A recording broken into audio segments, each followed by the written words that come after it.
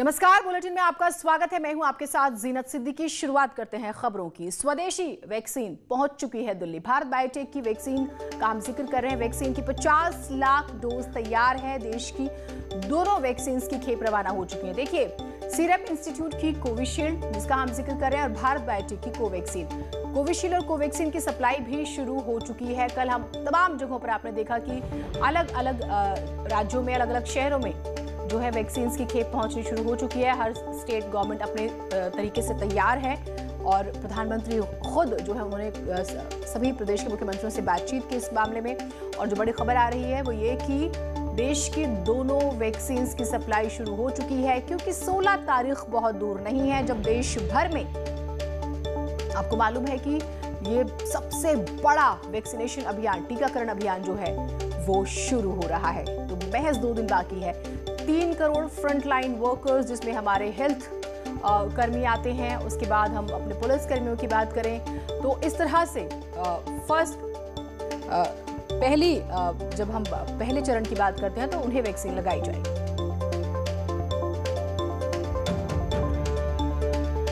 और दिल्ली से रचना हमारे साथ जुड़ी हुई है। रचना, कहीं ना कहीं हम बहुत करीब पहुंचते जा रहे हैं। बहुत इंतजार के बाद 2 दिन का और इंतजार। किस तरह से तैयारियां हुई, वैक्सीन पहुंचनी शुरू हो चुकी हैं, सब कैसे किया जा रहा है? बिल्कुल जीना, जिस तरीके से नए साल की शुरुआत में वैक्सीन पहुंच चुकी है और जो लोगों को इंतज़ार था वैक्सीन का, वो इंतज़ार अब खत्म हो रहा है। और 16 जनवरी की जो तारीख है बेहद करीब है, जिस दिन से वैक्सीन लगना शुरू हो जाएगी। और जो वैक्सीन की पहली डोज है वो कोविशील्ड की जो डोज थी वो कल पहुंची थी और आज कोवैक्सीन की डोज हैदराबाद से दिल्ली एयरपोर्ट पहुंच चुकी है और यहां से वो अन्य राज्यों में भेजी जाएगी, अन्य जगहों पर भेजी जाएगी।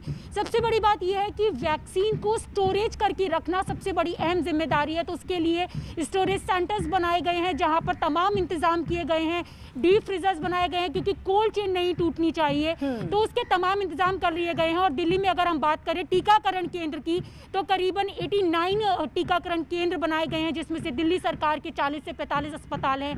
इसके अलावा केंद्र सरकार के अस्पताल है। तो बड़े सभी अस्पतालों में इंतजाम किया गया है, क्योंकि 16 जनवरी से जब ये वैक्सीन लगना शुरू होगी तो सबसे पहले हेल्थ वर्कर्स को ये वैक्सीन लगाया जाएगा, क्योंकि पहले ही ये साफ कर दिया गया था कि हेल्थ वर्कर्स और फ्रंटलाइन वर्कर्स जो हैं उनको ये वैक्सीन लगाई जाएगी।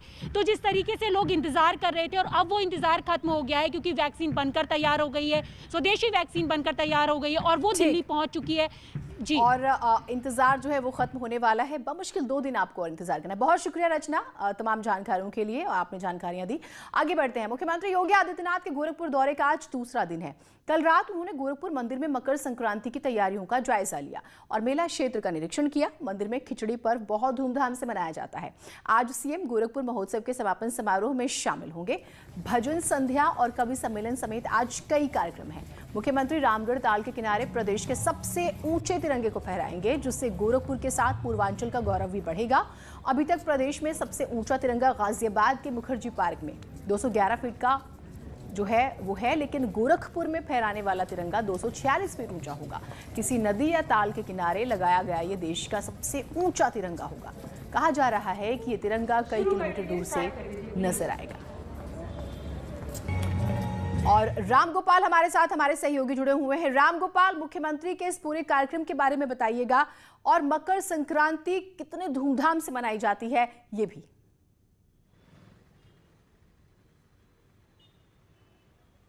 मुख्यमंत्री के अगर हम आज के कार्यक्रम की बात करें तो सुबह उन्होंने सबसे पहले भगवान गोरक्षनाथ के दर्शन पूजन करने के बाद जो है गौशाला गए और करीब 40 मिनट तक गौशाला में रह के गायों को उन्होंने अपने हाथों से चारा खिलाया। उसके बाद फिर वो वापस आते हैं, अपने शक्ति मंदिर में रुद्राभिषेक करते हैं भगवान भोले को प्रसन्न करने के लिए। और उस रुद्राभिषेक के बाद करीब 100 लोगों से मुख्यमंत्री योगी आदित्यनाथ मुलाकात करते हैं। उसमें अधिकतर लोग पार्टी के कार्यकर्ता ही होते हैं। उन कार्यकर्ताओं से मुलाकात के बाद उनकी समस्याओं को सुना। कुछ आम लोग भी जो बाहर मौजूद रहते हैं उनको अंदर बुलाया जाता है, उनकी भी समस्याएं सुनते हैं। इसके बाद आगे का कार्यक्रम मुख्यमंत्री योगी आदित्यनाथ का है कि 11 बजे वो गोरखपुर के सर्किट हाउस पहुंचेंगे और यहां पे भाजपा के परिचय और सम्मान समारोह में शिरकत करेंगे। गोरखपुर क्षेत्र यानी कि गोरखपुर बस्ती और आजमगढ़ मंडल के जो वरिष्ठ कार्यकर्ता हैं, जिला अध्यक्ष हैं, वो मौजूद रहेंगे। साथ ही जो संगठन के काशी और गोरख क्षेत्र के साथ साथ कानपुर और बुंदेलखंड क्षेत्र के जो प्रभारी हैं, वो संगठन के दोनों लोग मौजूद रहेंगे। उनको मुख्यमंत्री योगी आदित्यनाथ जो है सम्मानित करेंगे। इसके बाद गोरखपुर महोत्सव के समापन कार्यक्रम में आएंगे, जहां पे आज वो 246 फीट यानी कि प्रदेश के सबसे ऊंचे तिरंगे का लोकार्पण करेंगे। वहीं पे 100 मोटर ट्राईसाइकिल भी वितरित करेंगे मुख्यमंत्री योगी आदित्यनाथ और वहां पे एक कार्यक्रम को देखेंगे। ठीक, अगर हम मकर संक्रांति की बात करें तो मुख्यमंत्री योगी आदित्यनाथ और गोरखपुर गोरक्षनाथ मंदिर के लिए यह बहुत बड़ा पर्व है। लाखों की संख्या में श्रद्धालु आते हैं और वो भले ही कल सुबह 4 बजे से खिचड़ी चढ़ाने की परंपरा शुरू होगी, लेकिन आज से ही लाखों की संख्या में श्रद्धालु गोरख। ठीक, बहुत शुक्रिया आपका तमाम जानकारियों के लिए। और सीएम योगी ने आज लोहड़ी के पर्व पर सभी को शुभकामनाएं दी। उन्होंने ट्वीट करते हुए लिखा है, अन्नदाता किसानों के अथक परिश्रम, नई फसल और पालनहार प्रकृति के प्रति आभार व आनंदपूर्ण अभिव्यक्ति के पर्व लोहड़ी की सभी देशवासियों को हार्दिक शुभकामनाएं। ईश्वर से कामना है कि ये पर्व आप सभी के जीवन में सुख, समृद्धि एवं सौभाग्य लाए और समाज में बंधुत्व की भावना का विकास करे। और योगी सरकार पेश करेगी बजट। 18 फरवरी को पेश हो सकता है बजट। वित्त विभाग बजट को अंतिम रूप देने में जुटा हुआ है। 5.75 लाख करोड़ रुपए का हो सकता है बजट। चौतरफा विकास के लिए बजट में विशेष धनराशि। बजट पेश करने को लेकर बैठकों का दौर भी जारी है। योगी सरकार अपने इस कार्यकाल का अंतिम बजट पेश करने की तैयारी में। 18 फरवरी को ये जो तारीख तय हुई है, उत्तर प्रदेश सरकार प्रस्तुत कर सकती है अपना बजट। तो 18 तारीख, देखिए 18 फरवरी की तारीख तय हुई है कि इस तारीख को बजट पेश किया जा सकता है। और क्योंकि चुनाव भी है, उस लिहाज से भी बहुत कुछ ध्यान रखना है।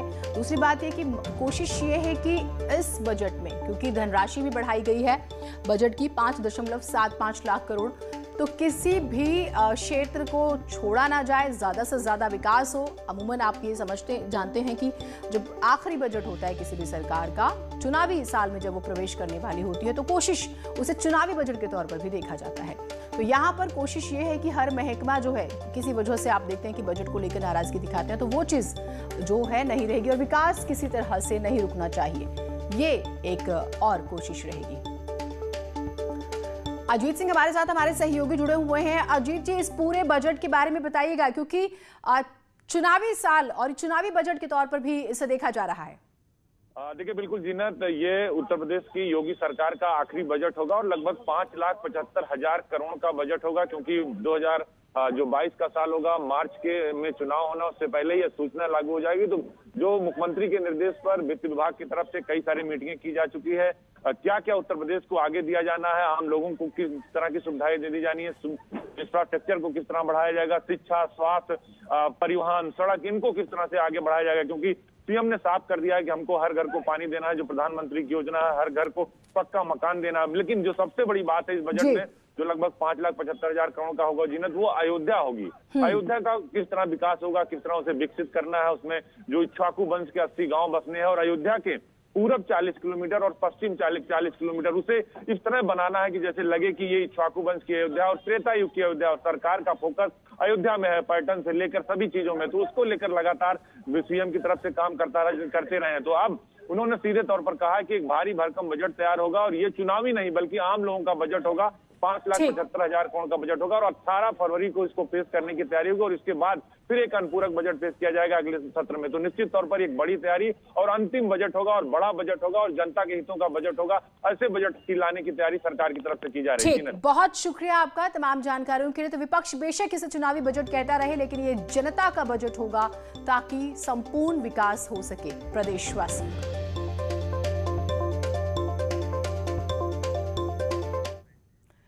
समाजवादी पार्टी के अध्यक्ष और पूर्व मुख्यमंत्री अखिलेश यादव ने आज एसपी के सभी विधायकों को लखनऊ तलब किया है।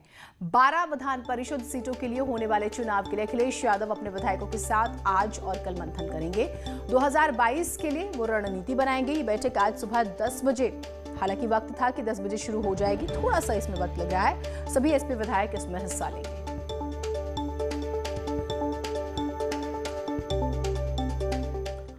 बीजेपी के फायर ब्रांड नेता और उन्नाव से सांसद साक्षी महाराज ने अपने जन्मदिन के मौके पर किसान आंदोलन पर बड़ा बयान दिया।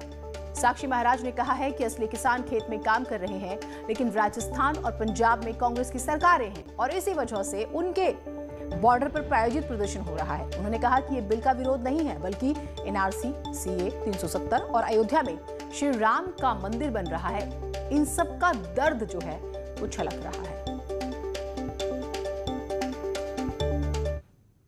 आंदोलन केवल 2-3 जगह ही क्यों हो रहा है? पंजाब से लोग आ रहे हैं सिंध बॉर्डर पर, हरियाणा के बॉर्डर पर आ रहे हैं, राजस्थान से, क्योंकि दोनों जगह कांग्रेस की सरकार है। तो ये किसान बिल का विरोध नहीं है, निशाना कहीं है, इरादे कुछ और हैं। ये सीए का दर्द है, एनआरसी का दर्द है, 370 का दर्द है, और जो अयोध्या में प्रभु श्री राम का मंदिर बन रहा है उसका दर्द है। तो खिसियानी बिल्ली खंबा नोच रही है, वरना किसान तो खेतों में काम कर रहा है। सीएम योगी पर अभद्र टिप्पणी मामले में आज सुल्तानपुर में आम आदमी पार्टी के विधायक सोमनाथ भारती की जमानत याचिका पर सुनवाई होगी। रायबरेली से कांग्रेस के बागी विधायक राकेश सिंह ने आप विधायक सोमनाथ भारती पर स्याही फेंकने वाले हिंदू युवा वाहिनी के नेता जितेंद्र सिंह को सम्मानित किया। हरचंदपुर सीट से कांग्रेस के विधायक राकेश सिंह ने जितेंद्र को 51,000 रुपए का पुरस्कार देकर सम्मानित किया। कहा, प्रदेश के देवतुल्य मुख्यमंत्री योगी आदित्यनाथ के ऊपर सोमनाथ भारती ने अभद्र टिप्पणी की थी, उसका जवाब जितेंद्र सिंह ने उन पर स्याही फेंक कर दिया है। देखिए, मैं कांग्रेस के विधायक हूं, लेकिन एक ऐसे विशुद्ध संत और ईमानदार कर्मठ मुख्यमंत्री के ऊपर उन्होंने जो टिप्पणी की थी, इसलिए मुझे भी गुस्सा आया कि जिनके बारे में ये कहा जाता है कि करें सदा तिनके रखवारी, जिम्मे बालक राखें महतारी। पूरे प्रदेश के लोग जानते हैं कि पूरे प्रदेश की जनता की ऐसी रखवाली करते हैं, वो ऐसी व्यवस्था करते हैं जैसे माँ अपने बेटे करती है। ऐसे मुख्यमंत्री के ऊपर उसने टिप्पणी किया और इसने उसका जवाब दिया, इसलिए मुझे सम्मानित करना पड़ा इसको। तो हिंदू युवा वाहिनी के नेता जितेंद्र सिंह ने भी बताया कि उन्होंने सोमनाथ भारती पर स्याही क्यों फेंकी थी। क्योंकि उन्होंने सोमनाथ भारती जो आम आदमी पार्टी के विधायक हैं, उन्होंने जो है बहुत अपशब्द और बहुत अभद्र भाषा का प्रयोग उत्तर प्रदेश के यशस्वी मुख्यमंत्री परम पूज्य महाराज जी के लिए उन्होंने किया है, जिस पर हम लोग आक्रोशित थे। तो ये दो तस्वीरें देखिए जब हिंदू युवा वाहिनी के नेता ने सोमनाथ भारती पर स्याही फेंकी थी। वहीं दूसरी तस्वीर में रायबरेली से कांग्रेस के विधायक राकेश सिंह स्याही फेंकने वाले को सम्मानित कर रहे हैं।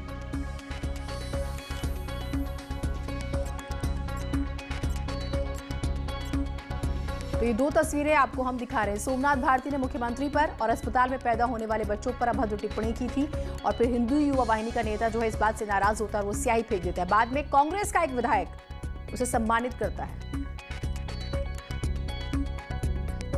इसी बीच बड़ी खबर गाजियाबाद से आ रही है। एक फ्लैट में आग लग गई है। इंदिरापुरम के वैशाली इलाके में ये फ्लैट है जहां आग लगी और घर में मौजूद लोग बालकनी में पहुंचकर अपनी जान बचाते हैं। दमकल की गाड़ियां जो है वो मौके पर पहुंची और उन्होंने आग पर काबू पाया। जो फ्लैट में लोग फंसे थे उनका रेस्क्यू किया गया। सामान जो है वो काफी जल गया। महागुन माल के पास लीला हाउस में आग लगने की सूचना मिली। तत्काल फायर सर्विस की 3 गाड़ियां वहां के लिए रवाना की गई। पहुंचकर देखा गया कि आग 6ठे फ्लोर पर डॉक्टर पुनीत कालरा के फ्लैट में लगी हुई थी तथा डॉक्टर पुनीत कालरा, उनकी पत्नी सुजाता कालरा और बेटी विशारदा कालरा बालकनी में जो है अपनी जान बचाने के लिए चिल्ला रही थी। तत्काल फायर सर्विस की यूनिट द्वारा एक लाइन जो है सीढ़ी के माध्यम से ऊपर तक बिछाई गई तथा एक गाड़ी के ऊपर मॉनिटर के माध्यम से बुझाने की कार्यवाही की गई। खबर प्रतापगढ़ से आ रही है। 15 लाख की यहां पर लूट हुई है। राइस मिल संचालक से ये पैसे जो हैं वो लूटे गए हैं और फायरिंग करते हुए बाइक सवार 3 बदमाश फरार हो गए। पुलिस फिलहाल इस मामले की जांच में जुटी हुई है और ये घटना जो है कधई थाना के सरसी गांव की बताई जा रही है। रोहित, पूरी खबर बताइएगा। जी जीनत, अपने दर्शकों को बताना चाहेंगे प्रतापगढ़ के बदमाश पूरी तरीके से बेखौफ हो गए। अगर बात करें 6 दिनों के भीतर तो बड़ी 3 लूटकाट की घटना को अंजाम दिया। ताजा मामला आज कन्हई इलाके के सरसी मोड़ के पास का है, जहाँ पे राइस मिल संचालक जो है अपने जो है राइस मिल में जा रहा था और फॉर्चूनर गाड़ी से थे और जैसे ही वो वहां पर उतरे 3 बाइक सवार बदमाश पहुंचते हैं और उनका रुपए से भरा बैग जो है वो लेकर जो है फरार हो जाते हैं, फायरिंग करते हैं। हालांकि राइस मिल संचालक जो है फायरिंग में जो है बाल जो है बच जाता है। तो हालांकि फिर से एक बार जो है 15,90,000 रुपए की लूट जो है बदमाशों ने जो है अंजाम दे दी है। पुलिस मौके पे पहुंची है, जांच में जुटी है। कहीं ना कहीं लूट से जो है सनसनी इलाके में फैली हुई है। बिल्कुल, 15 लाख रुपए की लूट हुई है। अच्छी बात ये रही कि गोली नहीं लगी राइस मिल मालिक को। एक छोटे से ब्रेक ले रुक रहे हैं, कहीं मत जाइएगा।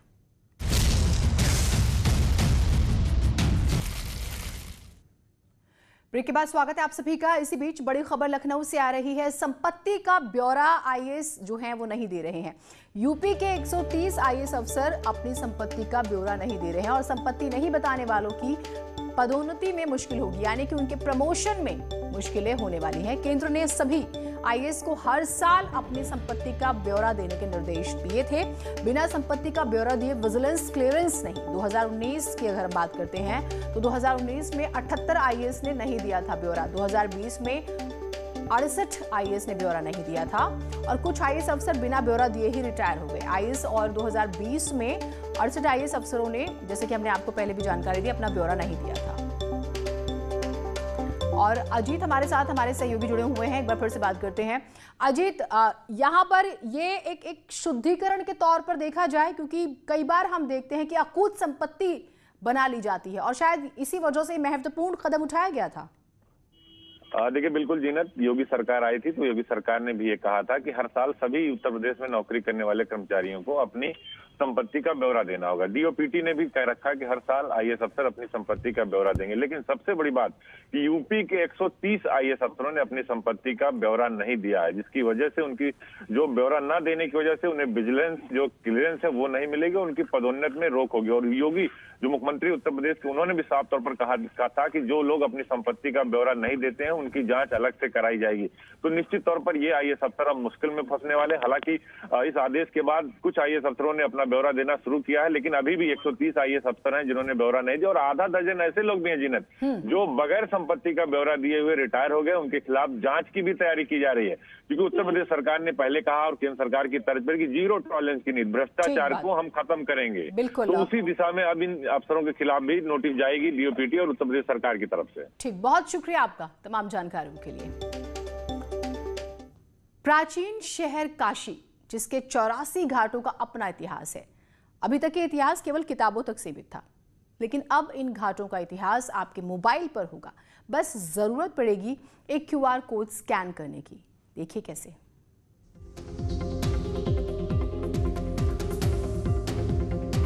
बनारस को विश्व का सबसे प्राचीन शहर कहा जाता है। धर्म, संस्कृति, अध्यात्म की दृष्टि से अहम काशी का जिक्र हर पौराणिक धर्म ग्रंथों में है। काशी के 84 घाटों पर हर साल लाखों श्रद्धालु आते हैं, जिनके मन में इन घाटों के इतिहास को जानने की बड़ी उत्सुकता होती है, जिसके लिए अभी तक किताबों का सहारा लेना पड़ता था। लेकिन अब घाट पर लगे पत्थर अपना इतिहास खुद बयां करेंगे। इतिहास बताएगा। हम इस वक्त वाराणसी के दशाश्वमेध घाट पर स्थित हैं और यहाँ से आप जितने भी घाट देख रहे हैं, सारे घाट पर जितने भी साइनेज लगे हैं उनमें क्यूआर कोड लगाया जाएगा और उस क्यूआर कोड में उन घाटों के पूरे इतिहास को समाहित किया जाएगा। पर्यटक जब भी आएंगे उस क्यूआर कोड को जब स्कैन करेंगे तो उस घाट का पूरा जो ब्यौरा है, जो इतिहास है, किसने बनवाया है, कब बनवाया है, उस पूरे क्यूआर कोड में आ जाएगा। स्मार्ट सिटी की तर्ज पर इन घाटों पर लगे साइनेज पर क्यूआर कोड लगाए जाएंगे, जिसको स्कैन करते ही मोबाइल पर घाट का इतिहास आ जाएगा।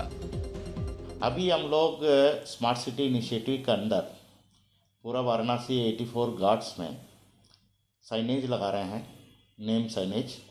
आल्सो कुछ सेलेक्टेड इम्पॉर्टेंट घाट्स के अंदर इंफॉर्मेशन प्लेक्स लगा रहे हैं, जो ऑथेंटिक इन्फॉर्मेशन उस घाट के बारे में पब्लिक को मिलेगी। दरअसल अभी जो पर्यटक काशी आते हैं उन्हें इन घाटों की जानकारी या तो गाइड से मिलती है या फिर लाइब्रेरी में प्राचीन किताबों से, लेकिन इस मॉडर्न तकनीक के सहारे इन घाटों का इतिहास मोबाइल पर भी उपलब्ध होगा। क्यूआर कोड ऐसी टेक्नोलॉजी है, हर एक चीज़ में आजकल यूज़ होता है। जैसे आप देखें, हम लोगों का जो वेबसाइट का भी एक क्यूआर कोड है, ये मेरा विजिटिंग कार्ड है, इसमें भी क्यूआर कोड है, इसके पीछे जो है हमारा पूरा क्यूआर कोड दे हैं। नगर निगम की इस पहल का स्थानीय लोग और सैलानी स्वागत कर रहे हैं। नगर निगम ने ये प्रस्ताव जारी किया है कि सभी 84 घाटों पे ये QR कोड लगाने के बाद हर घाटों की QR कोड स्कैनर लगने के बाद उस मोबाइल से आप स्कैन करने के बाद उसकी जानकारी ले सकेंगे। तो आने वाले समय में जितने भी पर्यटन हमारे आएंगे तो उन लोगों को ज़्यादा जानकारी मिल सकेगी घाटों से। पहले ऐसा नहीं पता चलता रहा, QR कोड लगने से काफ़ी इजी हो जाएगा कि लोग पर्यटक यहाँ पे आएंगे, देखेंगे, QR कोड स्कैन करेंगे तो उन्हें इतिहास पता चलेगा बनारस के घाटों के बारे में। करीब 5 करोड़ की इस योजना में सभी 84 घाटों पर नए साइनेज लगाए जाएंगे। ये काम 2 महीने में पूरा कर लिया जाएगा। और सबसे खास बात यह है कि ये जो आज का आधुनिकता जो अपनाया जा रहा है वो काफ़ी सहायक होगा, क्योंकि QR कोड अक्सर नेट बैंकिंग के लिए इस्तेमाल होता है, लेकिन अब हिस्ट्री बताने के लिए ऐसा शायद पहली बार हो रहा है और जिसका बनारस में खासा स्वागत भी किया जा रहा है। रवि पांडे, न्यूज़ 18, वाराणसी।